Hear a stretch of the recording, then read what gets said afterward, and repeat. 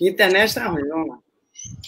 Olá, olá, olá, boa noite, Mulheres Mix. Aqui com mais um Mulheres Mix Convida, mais uma convidada super especial, Berna Reale. E agora eu vou ler um pouquinho, contar para vocês quem é essa nossa super convidada de hoje. Bom, eu tenho que ler, tem uma colinha aqui, Berna. Tá? Gente, hoje minha internet pode ser que fique ruim, porque eu estou viajando. Vamos lá. Hoje temos a honra de receber Berna Reale, uma das artistas visuais mais importantes no cenário brasileiro atual. Além de perita criminal do Centro de Polícia Científica do Estado do Pará. Quer dizer, a mulher é top. Essa paraense iniciou sua carreira no começo da década de 90 e começou a se destacar no circuito de arte em 2009, após receber o Grande Prêmio do Salão de Arte do Pará. Suas obras questionam a condição humana diante da desigualdade e da violência através da fotografia e performance, usando seu próprio corpo como instrumento de criação. Participou de diferentes exposições individuais e coletivas no Brasil, na Alemanha, Portugal, Inglaterra e Itália. Integrou a representação brasileira da 56ª Bienal de Veneza em 2015. E hoje está aqui no Mulheres Mix, convida para compartilhar sua história conosco. É uma honra e um prazer assim imenso te receber aqui, Berna. Você é uma artista incrível, para a gente é um prazer, né, Carlinha? Nossa, boa noite. Eu estava aqui, eu fico ouvindo o currículo da Berna e fico olhando para ela e eu sei o que ela faz. Está me dando tanta emoção, assim, tanta alegria dela estar aqui conosco, compartilhando a história dela, a vida dela e o trabalho dela, que é bárbaro. Muito obrigada, Berna. Eu é que agradeço o convite da Carla, agradeço a Cláudia estar aqui com a gente nesse bate-papo e agradeço a todo mundo que está olhando, ouvindo e vai, de alguma forma, colaborar com a gente aqui para a gente pensar junto, né? Eu acho que pelo que eu vi, o grande objetivo, né, desse canal de vocês é pensar junto questões, né, principalmente sobre nós mulheres, sobre nós artistas, sobre o mundo contemporâneo, e eu só tenho a agradecer essa oportunidade de estar aqui, no Mulheres Mix. Querida. Eu queria que você começasse a nossa conversa. A gente gosta das nossas lives sempre falando e começando com a trajetória dessas mulheres que a gente admira. Como é que elas chegaram onde é que elas estão? Qual foi o percurso, o desejo? Como nasceu isso em você? Então, eu queria que você contasse um pouquinho da sua história, como você virou essa artista visual maravilhosa que você é, e como você acabou virando perita criminal também, porque uma coisa, seu trabalho é tão denso que uma coisa anda com a outra. Conta pra gente como foi, querida. Eu fiz, antes de fazer universidade, né, fiz uns outros cursos, comecei administração. Quando eu era adolescente, eu achava que eu queria ser médica, enfim, acabou que eu fui fazer um curso de arte na universidade, mas realmente não foi na universidade que eu me encantei, que eu me disse, eu vou ser artista, não foi na academia, né, que me despertou a vontade de ser artista, apesar de eu fazer o curso, foi quando eu fui fazer um curso numa fundação cultural para menores carentes, né, para a população de baixa renda, que ele tem aqui em Belém, que se chama Curro Velho, Fundação Curro Velho.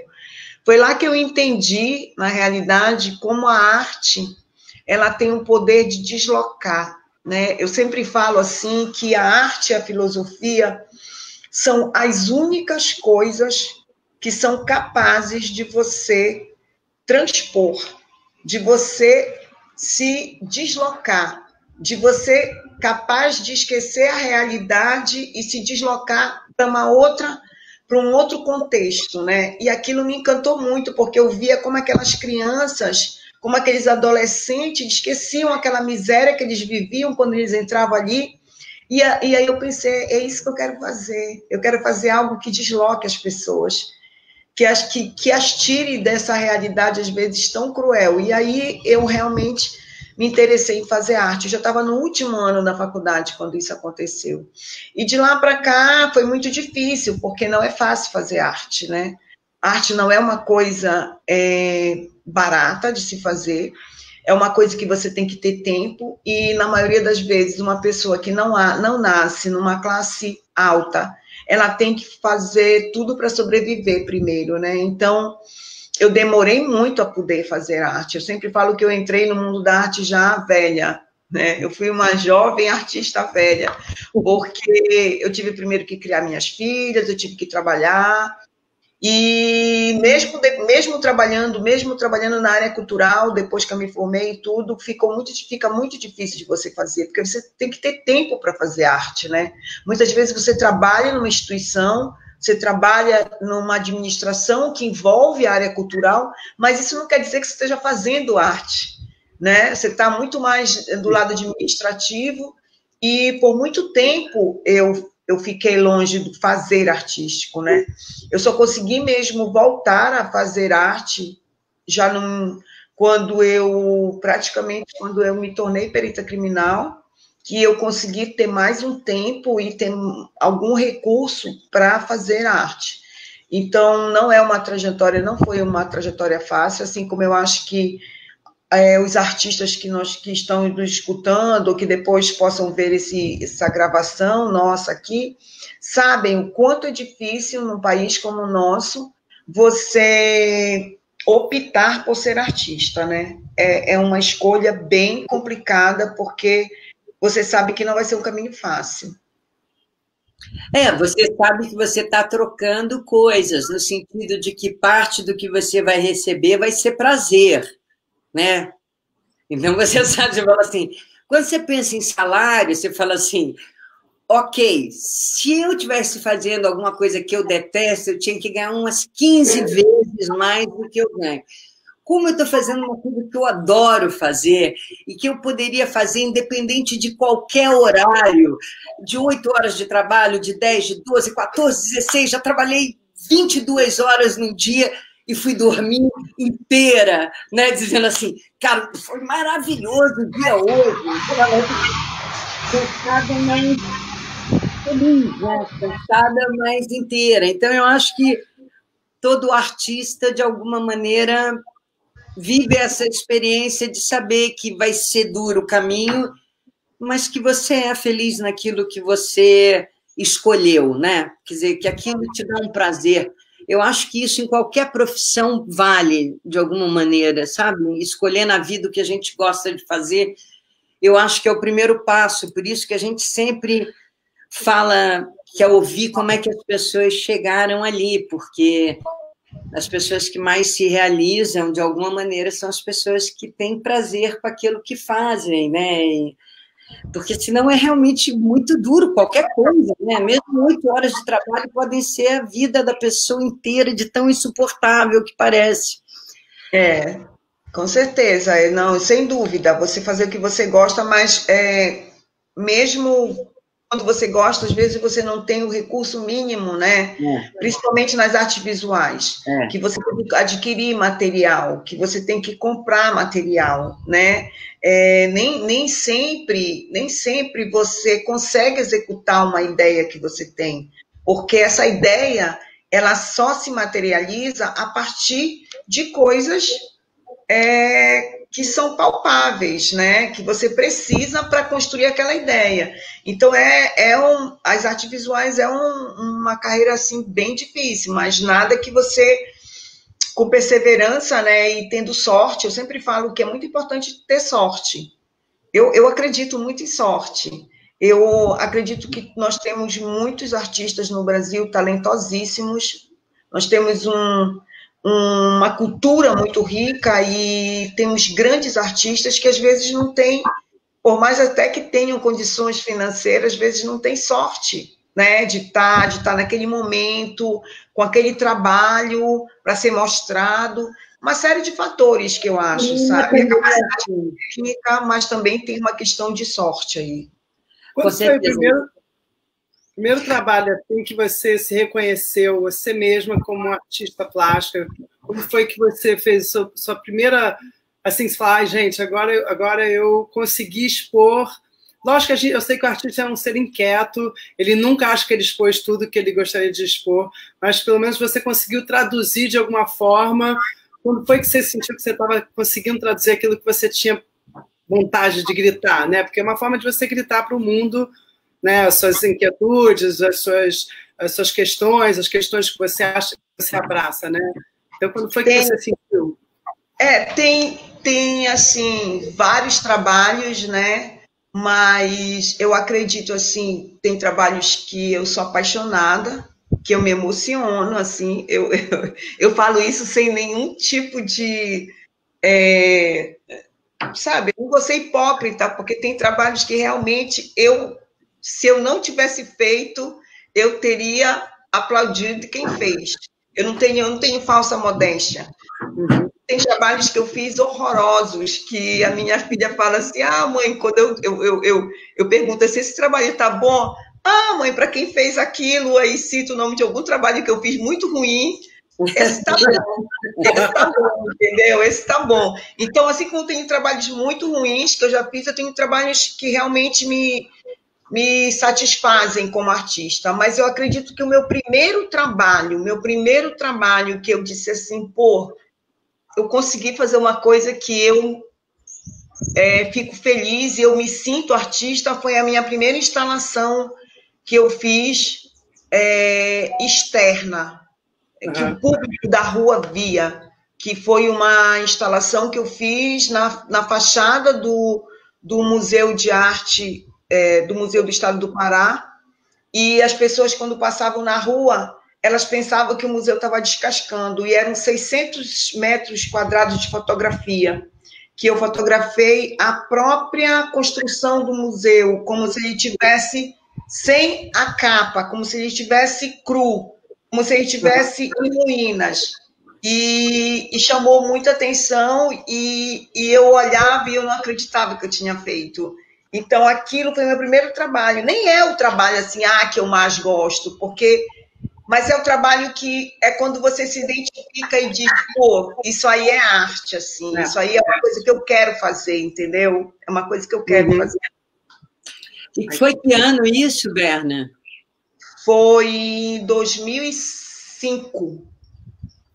Berna, mas você tem um caminho muito antes, assim, você estudou, né, artes e tal, mas você primeiro teve filho, conta um pouco, você teve quantos filhos, depois você estudou outra coisa, você trabalha em outra área também, conta um pouquinho desse outro lado, assim, da Berna. Como foi o lado familiar e perita criminal.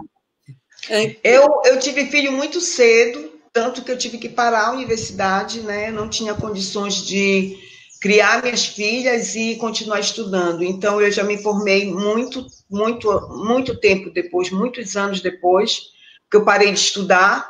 Eu tive 2 filhas muito cedo e eu tinha 21 anos quando eu tive a minha primeira filha, 21 para 22. Então, eu tive que lutar, assim, para sobreviver, né? Eu nunca desisti de estudar, eu sempre gostei de estudar, mas eu sabia que eu tinha que dar um tempo de estudar para poder cuidar delas. E aí depois eu voltei a estudar. E quando eu voltei a estudar e me formei, eu fui trabalhar na área cultural. E a área cultural sempre pagou, historicamente, paga muito mal, né? E quando eu fiz concurso público, eu ainda estava na faculdade, então eu sempre ganhei como nível médio, nunca ganhei como nível superior. E nunca mais, desde quando eu me formei, teve concurso para a área cultural. Já teve concurso agora, acho que há uns 4 anos atrás, aqui em Belém. Então, eu continuei no nível médio e ganhava muito mal. Aí, quando eu estava já com 22 anos de serviço público, eu fui fazer um trabalho para o Arte Pará, porque um curador, Paulo Reckenhoff, viu esse trabalho que eu lhe falei agora do museu, né? E me convidou para pensar no trabalho para o Ver o Peso, para o mercado de carne, para o Arte Pará. E aí eu fiquei pensando, o que é que eu vou colocar, o que é que eu vou fazer? Museu já, mercado, é lugar de fartura, lugar de miséria, né? Você vê muita fartura e você vê muita miséria no mercado, você vê prostituição, você vê crianças pedindo. Aí eu pensei, eu vou colocar dentro do box de venda de carne uns backlights com fotografia de vísceras humanas, porque na realidade você não sabe quem come quem no mercado, né? E aí eu escrevi um projeto, que eu sempre gostei de projeto, eu trabalhei 10 anos numa equipe de planejamento, então tudo que eu faço com planejamento, com tempo. Aí eu escrevi um projeto e fui para o IML e falei para o diretor do IML, ele aprovou que eu passasse alguns meses indo final de semana, que eu só poderia ir final de semana, fotografar a víscera dos cadáveres no IML. Aí eu fui para o IML e passei 8 meses indo, só podia ir final de semana, que eu trabalhava durante a semana, e os cadáveres eles chegam à noite para fazer necropsia de manhã cedo. E nesse tempo que eu fiquei indo para o IML, né, eu fiquei conhecendo a rotina do lugar. E eu fiquei lidando com as pessoas, e o que mais me interessava não era mais o cadáver, apesar de eu estar lá para fotografar as vísceras, o que me interessava muito era as histórias que vinham junto com o cadáver. Onde tinha acontecido o homicídio, como é que aquela pessoa tinha morrido, que sempre os rapazes da remoção traziam a história junto. E eu me encantei com aquilo. Até que um dia um virou para mim e falou, Bena, vai ter um concurso para ser perita criminal, tu não queres fazer? Eu falei, eu, perita criminal? Enfim, gente, de lá para cá foi uma história tão louca, assim, que parece que é irreal. E demorou... O concurso aconteceu alguns meses depois, demorou 2 anos e meio o concurso. 2 anos, foi a Fundação Getúlio Vargas que fez, foi muito demorado. Eu lembro muito que a minha filha, quando eu disse que ia fazer concurso para perito, eu tinha 45 anos, ia fazer 46, não, tinha na época 43, ia fazer 44 anos. E aí ela disse, meu Deus do céu, mãe, tu é louca, tu não, pelo amor de Deus, tu estudaste direito, tu nunca estudaste nenhuma lei, tu não... Sempre tu vai ter que correr, nadar, tirar. Mãe, tu não é mais nova, mãe, tu vai concorrer só com garotinho, só com gente saindo da universidade. Enfim, depois que eu passei, eu falei para ela uma coisa assim que eu acho que ela nunca vai esquecer, e até hoje ela não esquece, que eu disse, filha, eu posso até não passar, mas eu vou tentar. Na vida você não deve desistir por ninguém, né? Você deve desistir por você. Então, nunca desista, porque as pessoas acham que você não vai conseguir. Vá lá e tente. Se você não conseguir, é outra coisa, mas você não pode desistir porque alguém acha que você não consegue, né? E aí, me tornei perita criminal. E o mais engraçado é que muita gente pensa que eu era perita criminal e me tornei artista. E não ao contrário. Eu mesma achava isso, que você era perita criminal e se tornou um artista, porque eu nunca imaginei alguém fazer o caminho inverso, né? Porque, na realidade, depois de você você conseguir entrar nesse ambiente que, de alguma maneira, é tão violento, tão árido, né? Com tantas injustiças, talvez a coisa mais difícil de lidar nesse espaço é exatamente essa relação com a injustiça, né? Porque dificilmente, quando você, né, lida com a criminalidade, não tem uma série de injustiças ali cometidas ao longo de todas as situações, né? Tem sempre alguém que... É bem difícil, mas eu agradeço muito, sabe, o fato de ser perita criminal, porque eu acredito que quando eu só trabalhava com arte, quando eu só trabalhava na área cultural, eu não tinha a ideia da realidade, sabe? A realidade, para mim, ela era filtrada, ela não era a realidade que eu conheço hoje. É porque a gente tem acesso à informação da violência pelo meio de comunicação, né? E o meio de comunicação, ele passa a linguagem que ele quer e a informação que ele quer, né?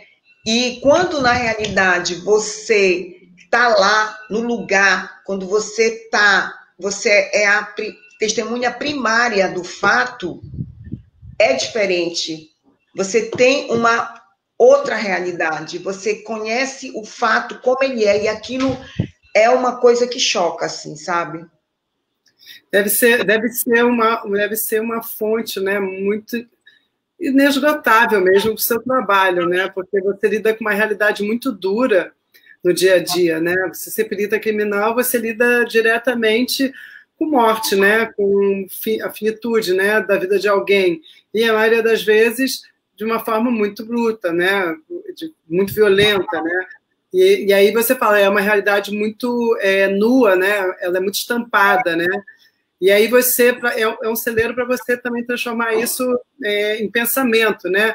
Porque você falou, a gente que fica sabendo da violência pelas notícias, pelo jornal, ela já é uma violência muito filtrada, né?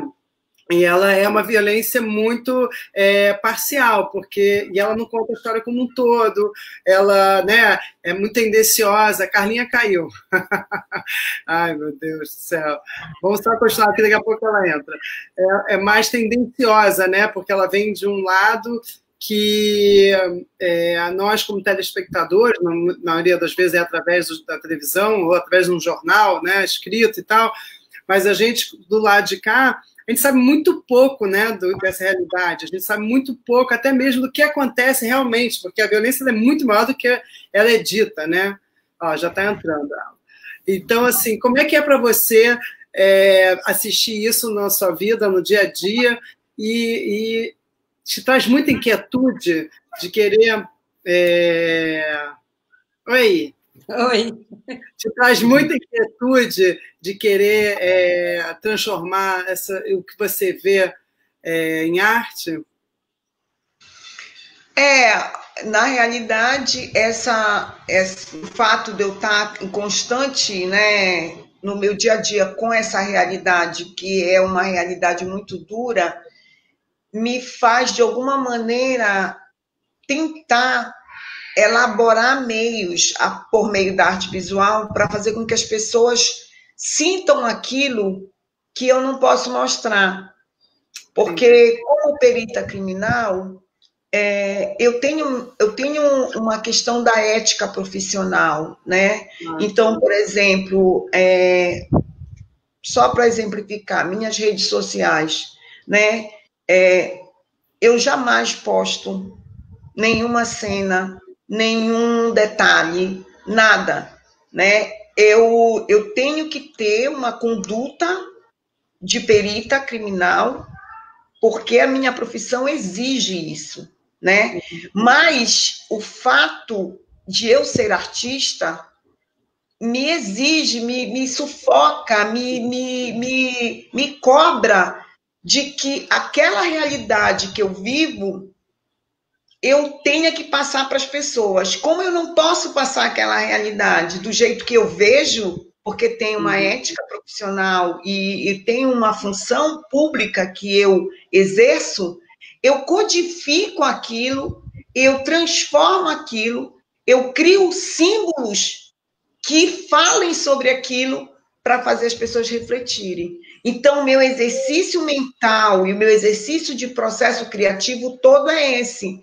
É pensar numa estrutura estética e visual para falar daquilo que eu vejo sem ter que mostrar a cena que eu vejo. É esse todo o meu exercício. Eu queria te fazer uma pergunta para você falar de uma performance que, para mim, foi muito impressionante, foi a primeira performance que eu vi sua. O meu som está direito? Tá ótimo.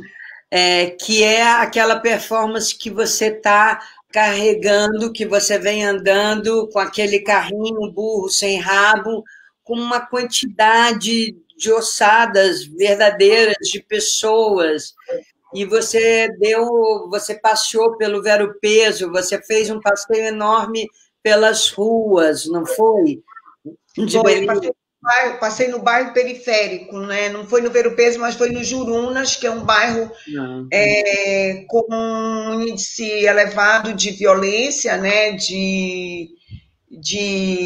Principalmente de assaltos, homicídios, e eu passei por esses bairros periféricos da cidade com essas ossadas. Elas eram realmente ossadas reais, de são ossadas que foram recolhidas pela polícia e que demoraram um tempo para mim conseguir autorização, né? Porque foram mais de 6 meses, onde eu tive que fazer na realidade, um serviço social, porque eu cataloguei, eu contratei um biólogo, eu cataloguei todos esses ossos que ainda não tinham todos eles catalogados, eu criei um banco de dados, eu retornei isso para o Estado de alguma maneira, e foi muito demorado fazer isso, assim, sabe? As pessoas olham assim e não entendem como aquilo foi feito, mas foi feito todo um processo, e foi um trabalho muito interessante, porque quando eu passava na rua,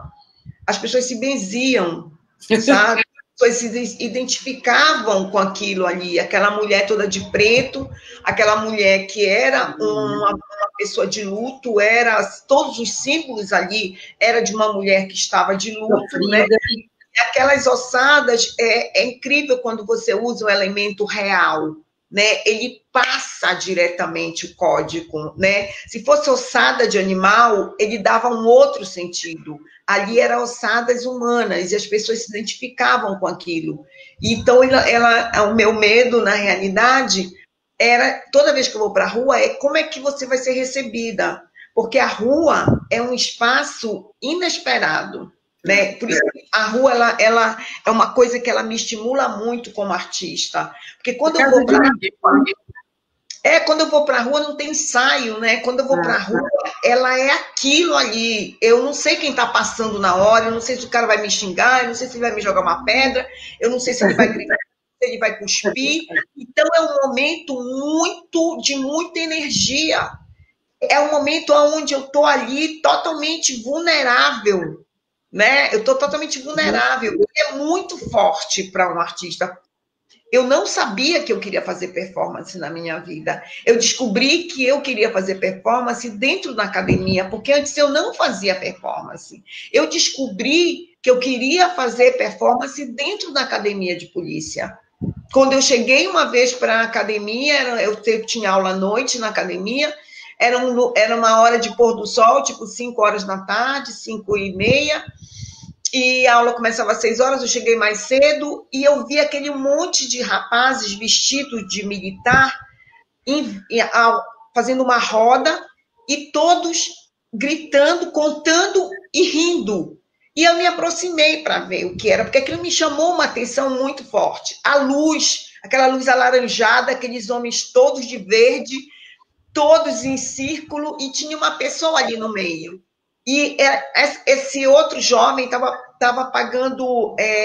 fazendo apoio, isso, flexão, e eles contavam alto e riam.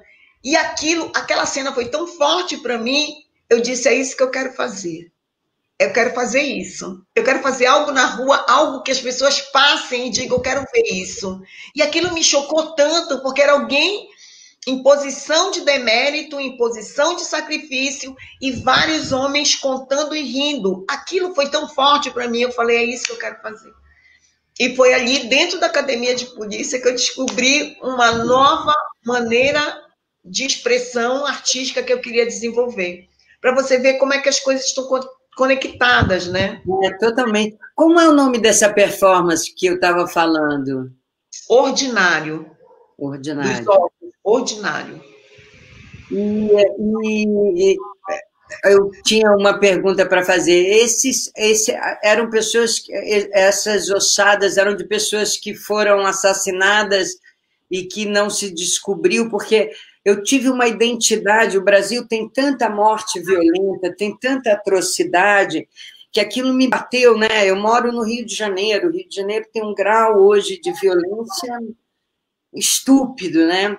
E aquela imagem sua era uma imagem tão forte, porque um pouco é tudo que soma ali, né? São as injustiças, é uma mulher que carrega aquele peso, que carrega, né, o seu filho, o seu marido, a sua história maltratada.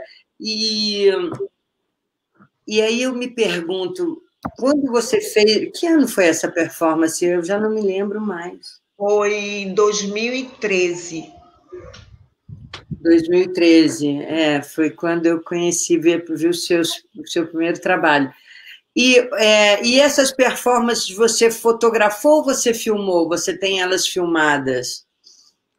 Eu fotografo, né, e filmo agora, porque quando eu comecei a fazer performance, eu não tinha dinheiro para fazer as duas coisas. Ou eu fotografava ou eu filmava, e filmar sempre é muito mais caro que fotografar. Então eu comecei só fotografando, mas hoje eu já fotografo e filmo as performances. E como foi a reação das pessoas, fora se benzer? Quanto tempo foi essa performance? Eu tenho uma curiosidade, ela achou essa performance tão... 2 horas duram, em média, minhas performances. 2 horas. É um tempo, assim, não é um tempo rápido, mas é um tempo que você consegue passar por vários lugares, mas depois eu edito, né, o vídeo, e aí fica em 3 minutos, 4 minutos, no máximo. Eu não gosto de vídeos longos. Eu tenho que me aturar, sabe, vendo. Então, eu calculo, assim, qual é os minutos que eu consigo me ver. Aí eu imagino alguém me vendo. Aí eu já edito assim. Então, nada passa de 5 minutos. Eu não tenho, graças a Deus, não tenho nenhum trabalho que passe de 5 minutos. É o tempo que eu me dou para me enxergar. Cláudia, eu pedi para a Berna uma foto, né? Manda uma foto, passa um dia, nada, passa 2, nada. Eu falei, gente, aí eu comecei.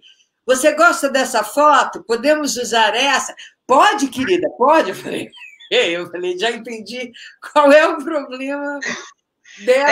É muito difícil, né, para você que faz performance, para você que faz arte de uma maneira geral. Eu acho que isso acontece com todo artista, acho que acontece com vocês também, que é muito difícil a gente ficar tirando foto da gente, né? A gente está tão mais interessado em tirar foto do trabalho que a gente faz, ou uma personagem, né, ou um trabalho, que a gente não tem essa coisa assim de se fotografar muito sem estar trabalhando. Então, eu não tenho quase foto, assim, sabe? É sempre as mesmas. Então, essa tá bom, porque tem 5 fotos que, às vezes, o jornalista faz, um fotógrafo faz, aí fica repetindo aquela foto. Assim. Ô, Berna, esse trabalho que você fez, inclusive, que tem atrás de você, conta sobre ele um pouquinho pra gente, que as meninas estão de saia rosa e você tem esse aparato da boca, o que ele remete, o que você quer dizer com essa arte sua? Rosa Púrpura foi um trabalho que eu fiz, ele foi feito em 2014, ele, na realidade, ele fala sobre a questão da violência, do abuso, né, que as adolescentes sofrem, muitas, às vezes só pelo fato de usar uma saia plissada num colégio, né? Então eu moro perto de um colégio, eu estudei num colégio que usava saia assim, colégio público, e esse colégio que ainda tem até hoje aqui perto da minha casa, ele é um colégio público, e eu vejo a agonia das meninas quando saem da escola para segurar a saia, elas são assediadas na parada do ônibus, os caras passam no carro, oferecem carona, elas às vezes muitas são perseguidas, né? Então, aí eu fui para o colégio, conversei com elas, eu falei do projeto, e eu queria falar sobre isso, né? Eu fiz essa relação com a boca por causa da questão da boneca inflável, né? Dessa fixação que os homens têm, essa questão do sexo, né? Dessa questão da menina, da boneca, e eu queria falar disso, sabe? Eu queria um batalhão de bonecas infláveis de meninas para falar disso, né? Dessa coisa que só pelo fato de você nascer mulher, de você se vestir, ou de você optar por um certo tipo de forma de estar, né, na sociedade, você já se torna um centro, né, um objeto de desejo e de uma total falta de respeito e de abuso mesmo, né? Uhum. Com certeza. É bem chocante mesmo. E eu acho que você, de alguma maneira, subliminarmente, você sempre trabalha os sentimentos das mulheres, né? Uma outra performance linda que eu gosto é aquela que você está deitada, que tem o mercado, que tem o Vero Peso ao fundo, que você tá... Aquilo é lindo. Como é o nome daquela performance? É Quando Todos Calam. Ai, que lindo. Quando Todos Calam. Fala sobre essa vulnerabilidade mesmo, né? Nossa, de estar servido, né? É uma mesa que ela é uma mesa de você estar exposto, né? Você está ali como objeto servido a qualquer tipo de violência, né? Quando todos calam é porque a gente, infelizmente, a violência já nos é íntima demais, né? Muitas vezes você já não sabe mais o que fazer, o que falar, o que dizer, e muitas vezes você também silencia, né? E quando você silencia, aí essa violência realmente ela toma conta da cena toda, né? Porque enquanto todos nós estivermos calados, a situação vai continuar assim, né? Então, fala disso, fala desse silêncio, dessa ausência e desse abandono, né? Desse abandono como seres humanos que a gente está, eu acho. Não só no Brasil, não, eu acho que no mundo inteiro, sabe? Nós estamos muito vulneráveis, nós estamos servidos, e às vezes a gente vê o colega ou vê uma pessoa ser servida, né? E a internet eu também acho que é um meio muito violento, e muitas vezes a gente se omite para defender por medo, né? Porque a violência é tão grande, expõe tanto as pessoas, que hoje em dia a gente não sabe mais o que a gente faz, né?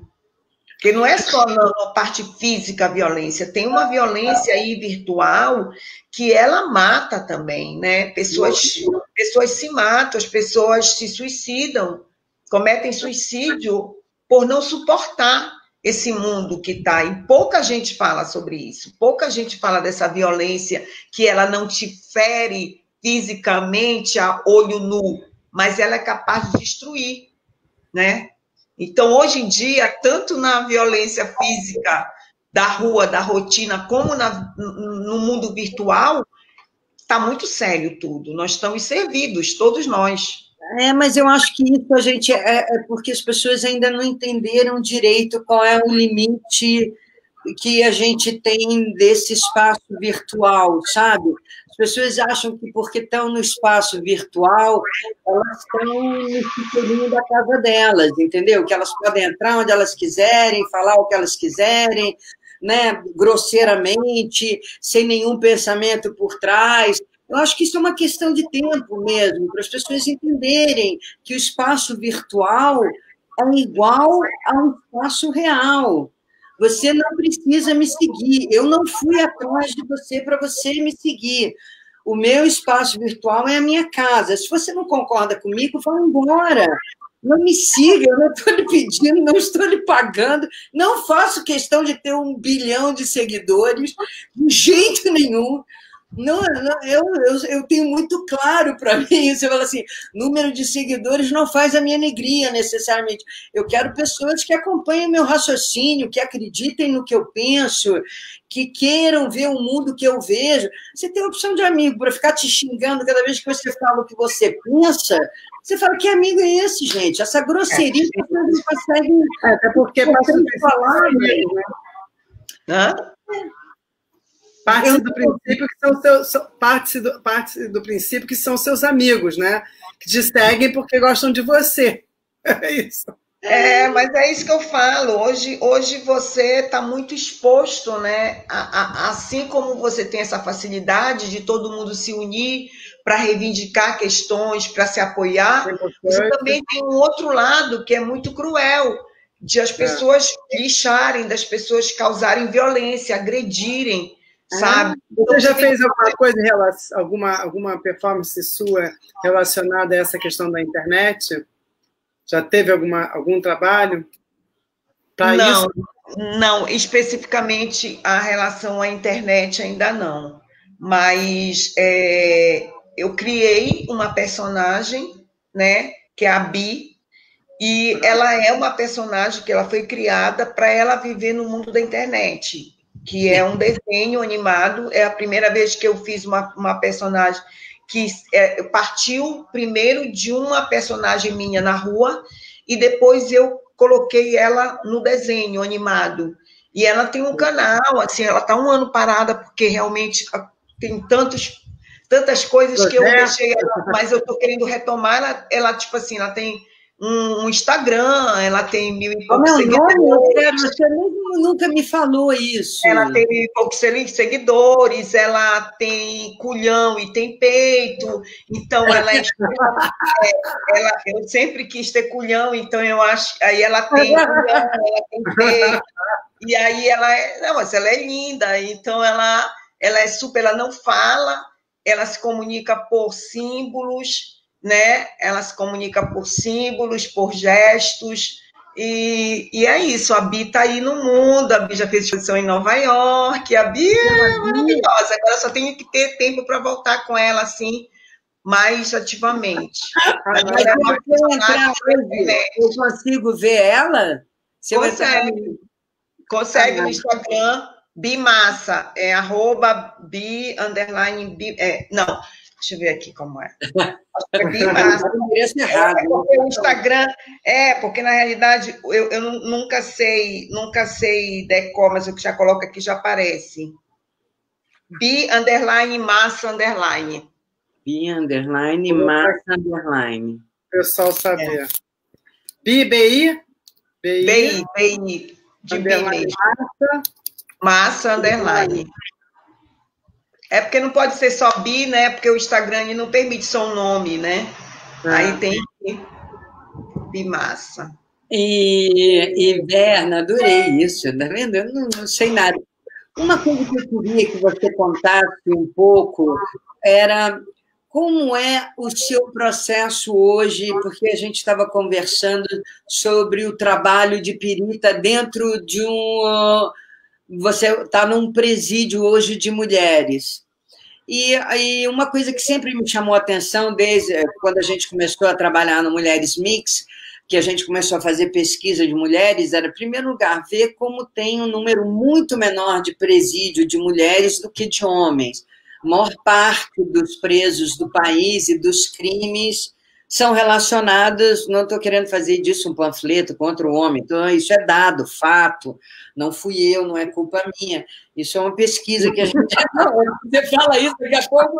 É bom esclarecer, né? Logo esclarecer, Estamos citando fatos, isso não é opinião, não precisa discutir comigo, é um fato. A maior parte dos presídios é masculino e a maior parte...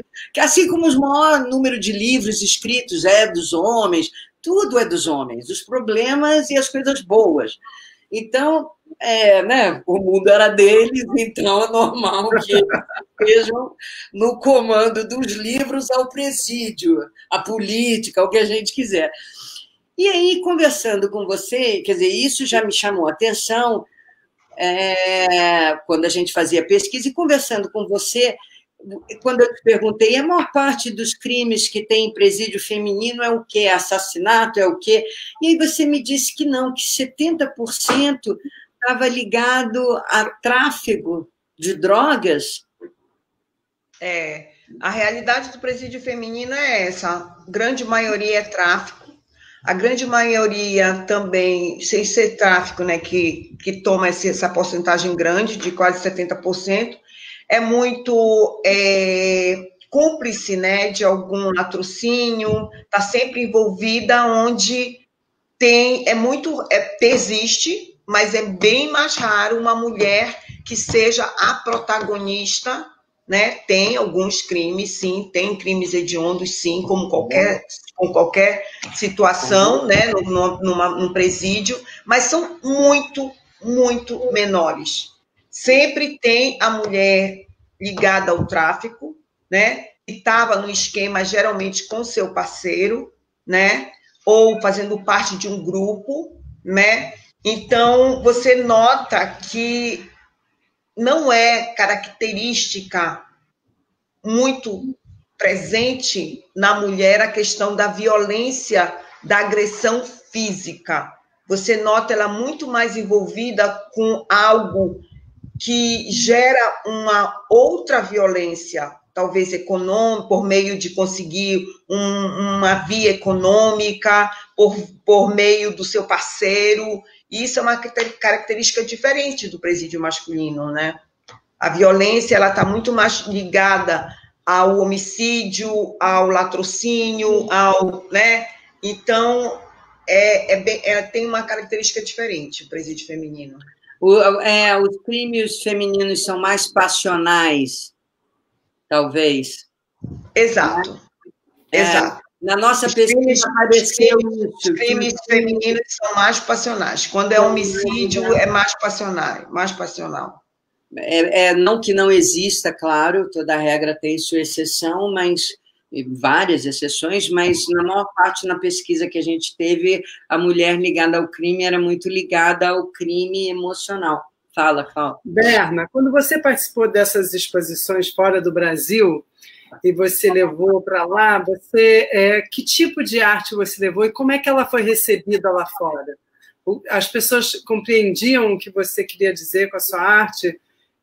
Porque são mundos, né? A gente vai para países, né, da Europa e tal, são realidades muito diversas da nossa, né? Como é que é olhar a nossa... Eu acho que a arte é arte no mundo todo, independe da nacionalidade, mas eu digo, como a sua arte é uma arte que contesta, né, e que mostra muita realidade, e todas as mazelas também, como é que era vista a sua arte lá? Como foi recebida? Olha, lógico que eu nasci aqui, né? Eu tenho uma vida ligada muito à nossa cultura, mas quando eu crio um trabalho, eu procuro usar símbolos universais, né? Então, por exemplo, apesar de você estar lá na Alemanha, vamos dizer, você, quando vê uma mulher de preto e umas ossadas humanas, você se relaciona isso com a morte. Certo. Independente se você vive no seu dia a dia, né? Ainda mais na Alemanha, né?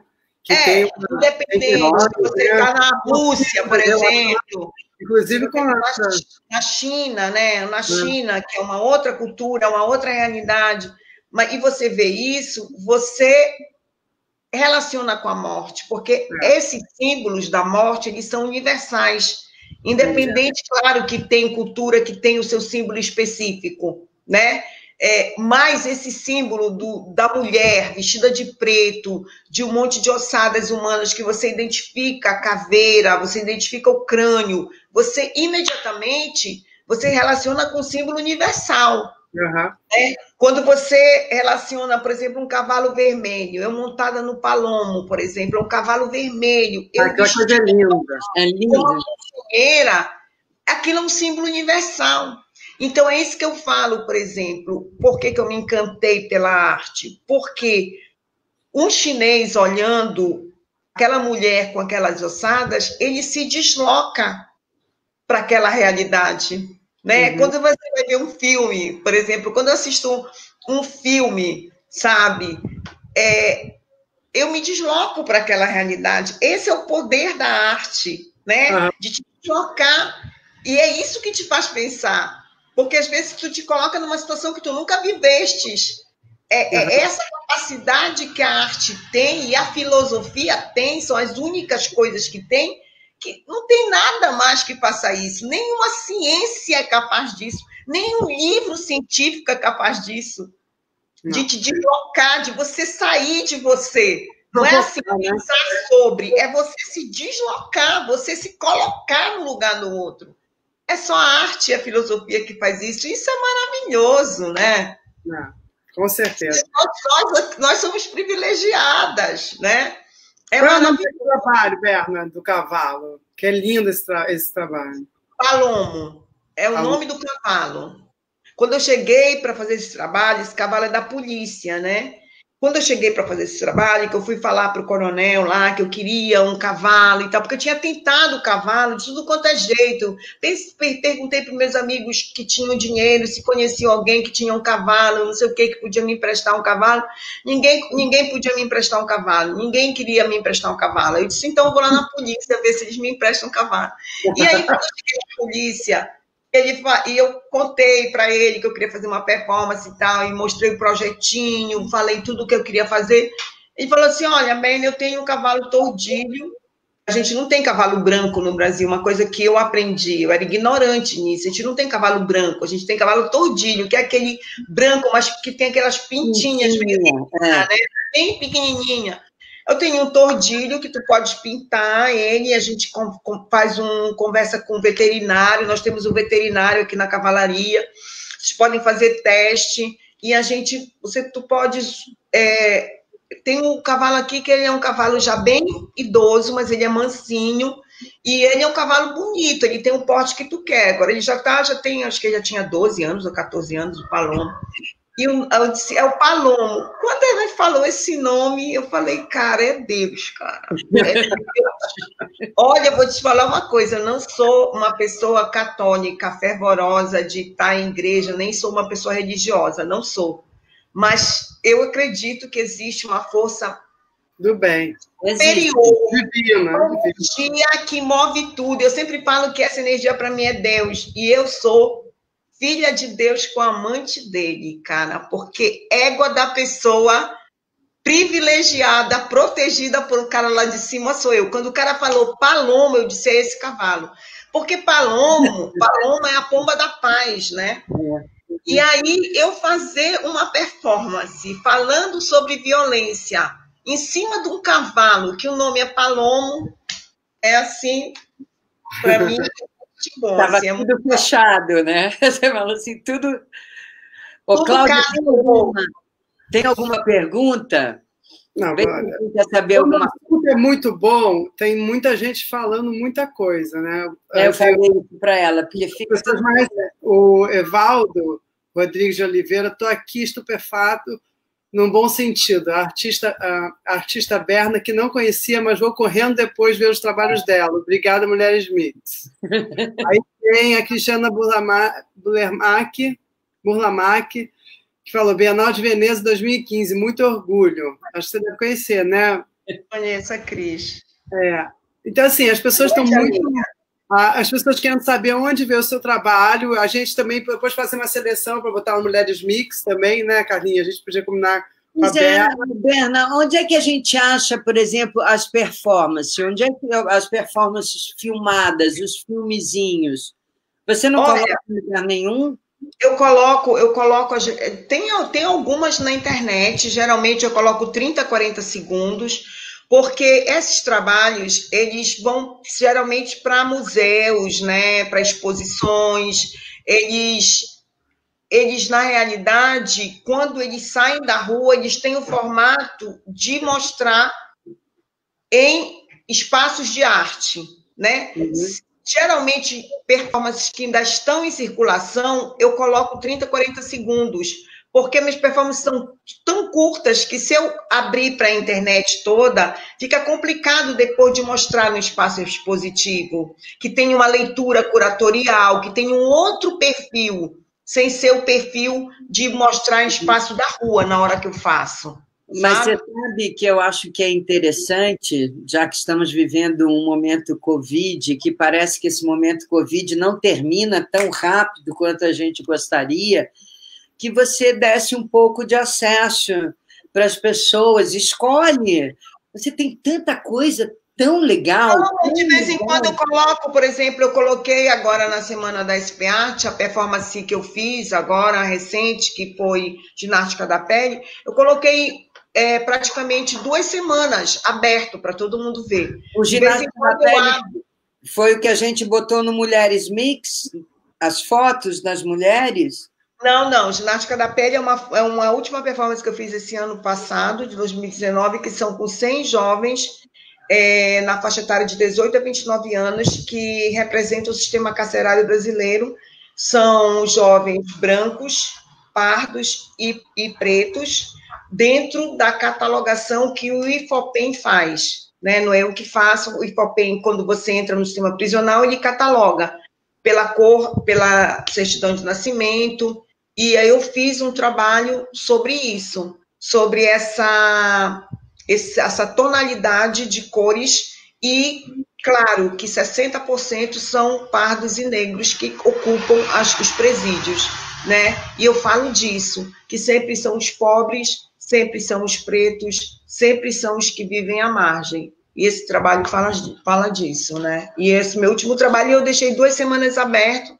Eu sempre deixo, assim, por exemplo, semana retrasada eu deixei a frio, para as pessoas verem, né? Então, de vez em quando eu deixo aberto para as pessoas verem a performance, porque eu sei que fica difícil hoje em dia ir no museu, ir no... Não, eu acho que você tinha que fazer, entendeu? Botar pelo menos... A gente pode escolher alguns, Carlinha, conversar com ela, a gente botar alguns, pegar umas fotos que seja, porque as pessoas têm curiosidade, até mesmo para conhecer o seu trabalho, nem que seja uma foto, alguma coisa de fazer uma exposição. Quando eu faço, assim, palestra, quando eu vou dar alguma coisa, eu sempre mostro os trabalhos que não deram certo, né?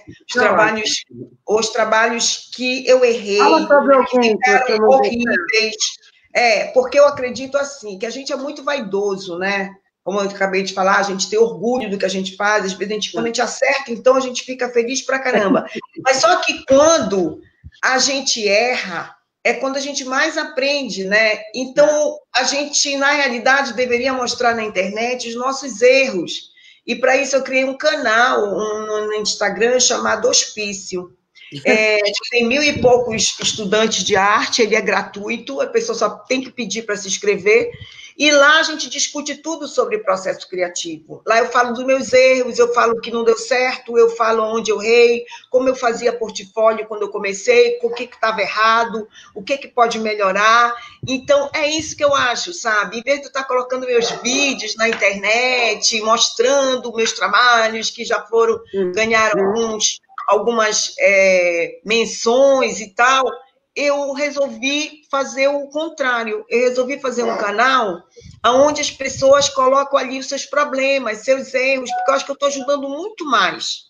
Estou ajudando muito mais quando eu coloco o que eu errei, o que deu errado, o que ficou horrível, o que eu custei a resolver, o que eu consegui resolver. E é um lugar...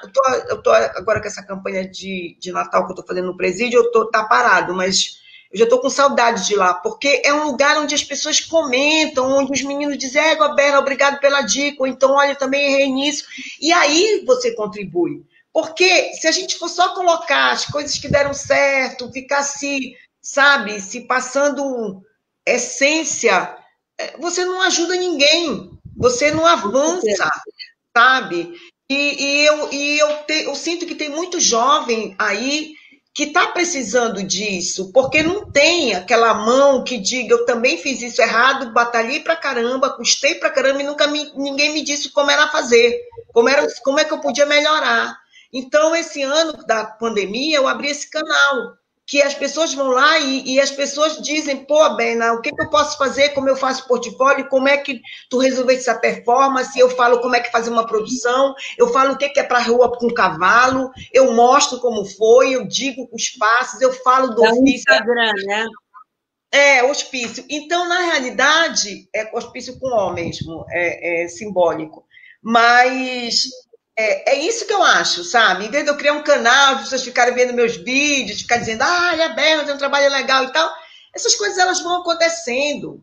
Eu acho que na pandemia o que faltou, teve muito curso e tal, mas muita gente fazia curso, assim, uma aula grátis e depois cobrava, né? E aí todo mundo, claro, querendo ganhar dinheiro também, até entendo. Mas eu digo, como eu posso colaborar? Posso colaborar dessa maneira, dividindo um processo criativo.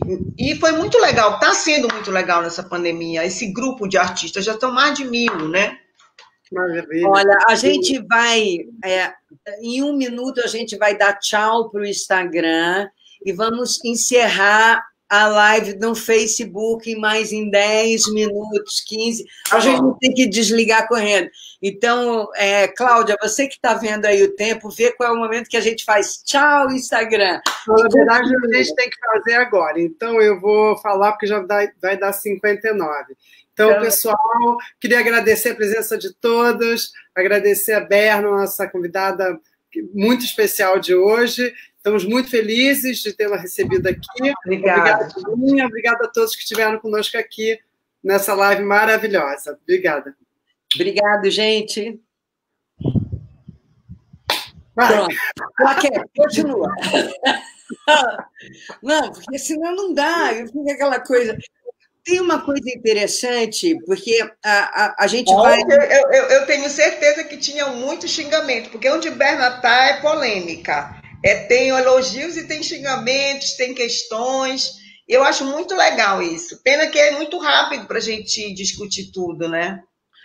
Não, mas a gente vai ainda discutir mais umas coisinhas. Eu queria te perguntar uma coisa. Não, né? Eu digo, o próprio sistema é muito rápido, né? A gente sabe que é dessa maneira. Não, com certeza. Eu ia te fazer uma pergunta quando a gente estava falando, porque a gente vai fazer uma live com a Andréa Pachá, sabe, a juíza, que é uma pessoa muito especial, uma juíza, mulher maravilhosa, Andréa Pachá, e que também teve uma trajetória parecida com a sua. A Andréa foi produtora, sócia de uma empresa de teatro, lançou espetáculo, uma pessoa que também teve esse caminho da arte para a justiça. E você fala muito em filosofia, o que eu adoro, porque eu acho que falta filosofia no mundo de uma maneira geral, porque as pessoas não conseguem pensar, as pessoas atualmente gostam de etiquetar, né? Você fala, você etiqueta todo mundo, não precisa raciocinar, etiqueta desde quem é a pessoa até o que ela quer dizer, o que ela pensou, todo mundo está no momento post-it, né, da vida, ainda vai botando post-it em tudo quanto é lugar. E eu acho que é tão importante poder discutir artisticamente, visualmente, o que você discute, que eu queria que você falasse, antes de você responder isso, desculpe, eu vou fazer uma coisa, mas é porque a gente deu tchau e eu esqueci. Tudo ótimo você fazer o hospício, maravilhoso. Eu vou entrar no hospício para poder ver o que você está fazendo. Acho que você tem razão, que faltou isso, mas acho que dá a chance das pessoas verem, mesmo que seja pouco tempo, o que você já produziu, é uma injustiça com o país, tá legal? Vou falar. Porque as pessoas não têm noção do tamanho da artista que você é. E elas não têm noção por que isso, porque o mundo era um ovo, ou você estava ali presencialmente, ou você não tinha como ver. E a coisa mais legal que a gente tem é exatamente a internet. E é incrível, porque eu acho que você tem um trabalho muito especial e que vai ajudar muita gente, assim, em todos os sentidos. Não só a emocionar, mas a ter uma trajetória, poder ter trajetórias diferentes e não achar que precisa ser uma coisa, pode ser duas. Uma coisa alimenta a outra, uma coisa faz a gente feliz e fazer a outra também. E eu queria que você pensasse numa coisa que você acha importante, que a gente converse, aí falando do lado, agora voltando ao lado perita criminal, que a gente converse sobre mulheres com a Andréa Pachá, com a juíza. Quer dizer, o que você acha que nós podemos, de alguma maneira, ajudar a proteger? Eu estava vendo que você fez uma campanha bárbara para as presidiárias poderem passar o Natal com os seus filhos. O que você acha que a gente poderia trabalhar nesse sentido? Olha, eu acredito muito na questão da família, né? Assim, a família está muito mal formada, né? Porque a mulher ainda é educada de uma maneira muito dependente, né? Então, eu vejo essa relação de dependência emocional com o parceiro um dos grandes problemas. Eu tenho sentido isso, eu tenho estudado sobre isso, eu tenho até acompanhado uma psicóloga que tem um trabalho maravilhoso sobre essa questão do sentimento, do amor, né? Que amor é esse? E eu tenho estudado sobre isso e para mim é um dos pontos bem assim para se melhorar no futuro, essa questão da mulher, da violência. Tem que se criar uma outra família em relação para essa mulher, para criar essa mulher, né? E quando a gente tem uma ministra como a gente tem hoje, que ela, pelo contrário, né, ela acentua isso, desse lugar da mulher, desse lugar da menina, desse lugar da mocinha, da princesa, da menina do rosa, da menina família, isso aí é um problema sério social, porque é nisso que está calcado muito da violência contra a mulher. Muito, sabe? É isso que tem que ser pensado, tem que ser revisto, tem que se começar a relacionar a família com a violência. E aí a gente precisa tocar em feridas que a sociedade mesmo não quer tocar. As próprias famílias não querem tocar. E aí é difícil, vai ser muitos anos para mudar isso, muitas décadas para mudar isso, né? E quando você joga no peito da responsabilidade por essa violência toda, por esse abuso todo com as meninas, os pais não querem assumir essa questão, né? Mas é do berço. Essa fragilidade que se coloca a mulher e esse objeto que se coloca a mulher vem da família. Aí depois da escola, primeiro da família e depois da escola, entendeu? Aí depois do trabalho, mas a primeira é a família.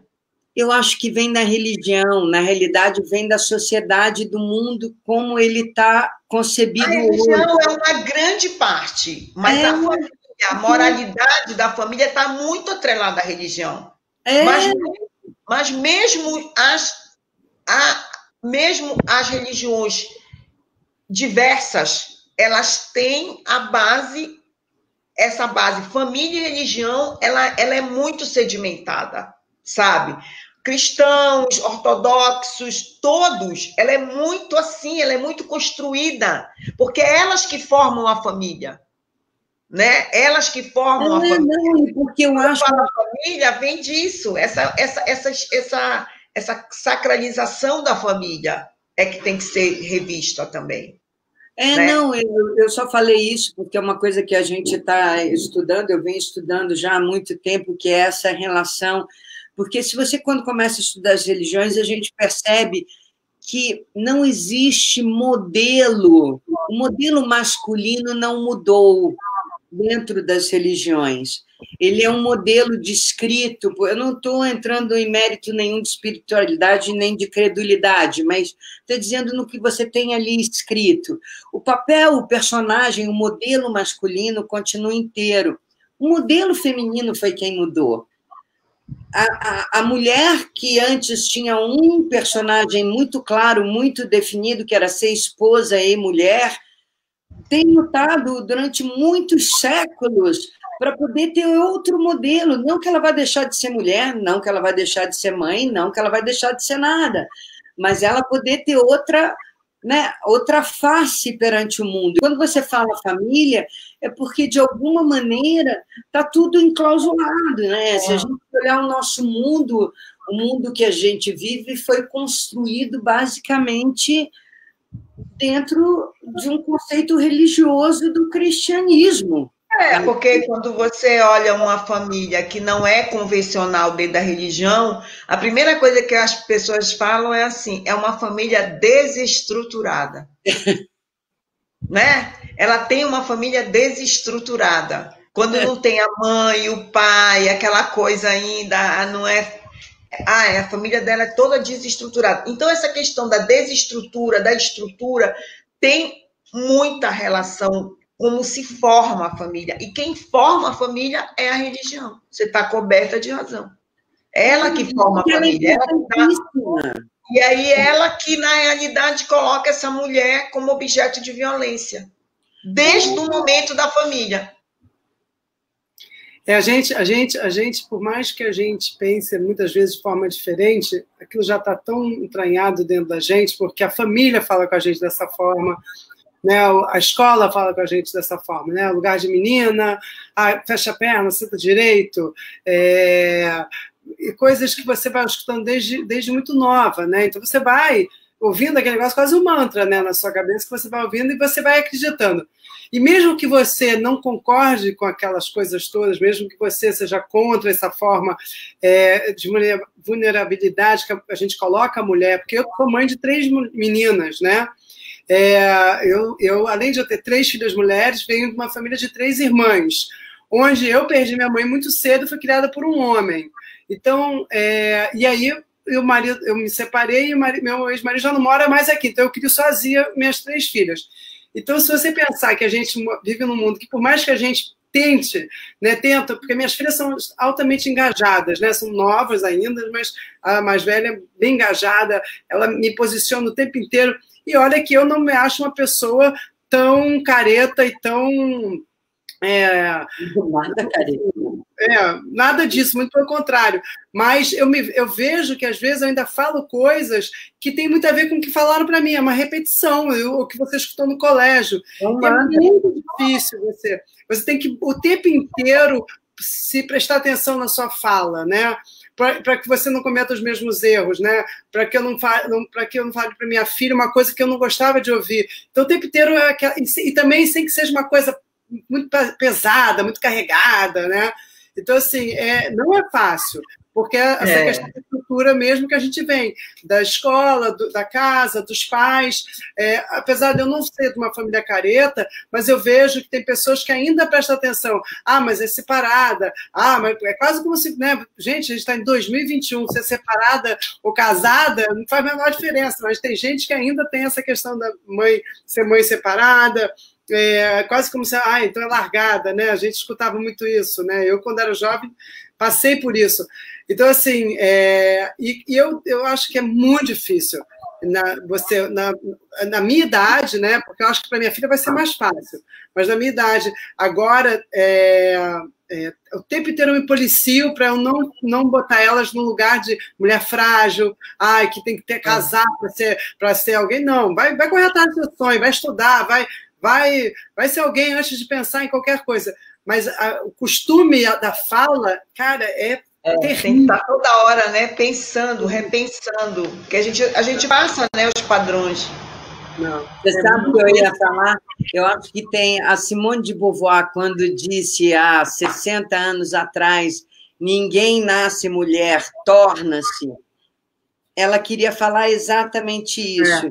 Existe uma forma preparada para você entrar, um modelo que não corresponde mais ao que as mulheres são hoje, que você é obrigado a entrar e que não precisa ser assim. E vai ser muito melhor se o mundo for diferente, né? Assim, no certo sentido, né?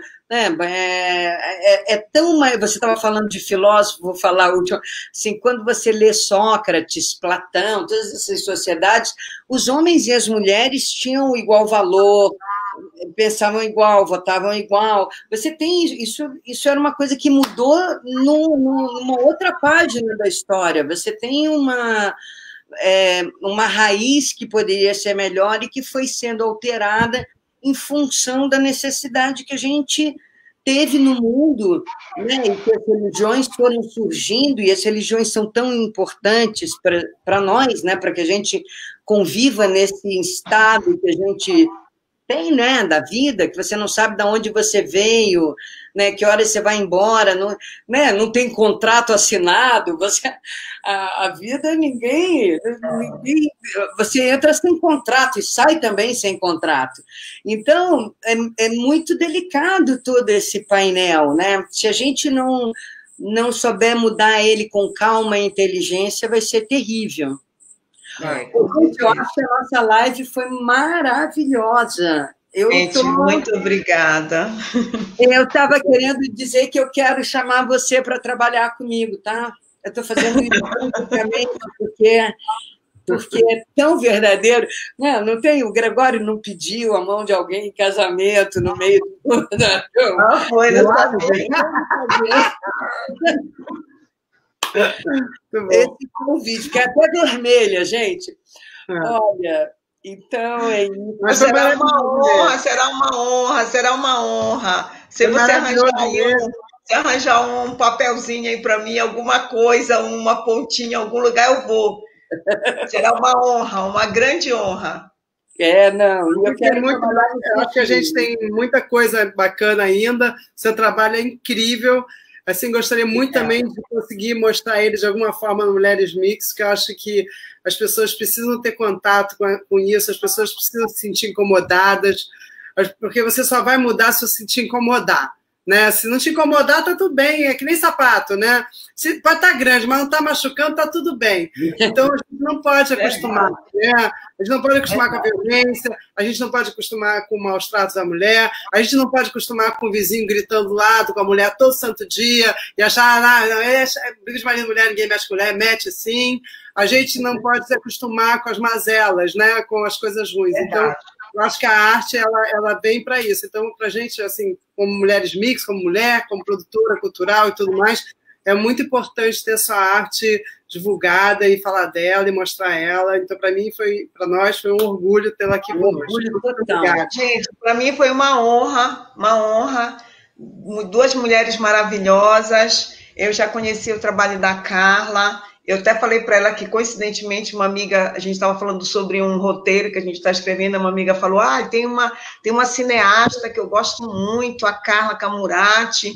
Eu disse, é mesmo, eu quero ver os filmes dela e tal, que eu realmente não tinha uma ligação com ela como cineasta, né? Mas aí pesquisei um monte de coisa que ela fez, maravilhoso. E é uma honra, para mim é uma honra agora estar mais perto de vocês duas, e a gente acho que ainda tem muita coisa para fazer junto aí, eu espero, né? E só queria agradecer essa oportunidade. Eu posso separar alguns vídeos, alguns trechos para mandar para vocês colocarem, divulgarem, uma honra, com certeza, sem problema nenhum. Farei isso com o maior prazer e agradeço, né, a dar espaço para o meu trabalho. Super agradecida. Maravilhoso. Parabéns, Ana. Parabéns. Obrigada, gente. A gente vai estar falando. Obrigada a todos vocês que ficaram conosco até agora. Quinta que vem nós estamos de volta aí às 6 horas. Queria agradecer a todo mundo que esteve presente. Obrigada, Carla. Obrigada, gente. Boa noite. Boa noite, gente. Obrigada. Tchau, querido. Obrigada.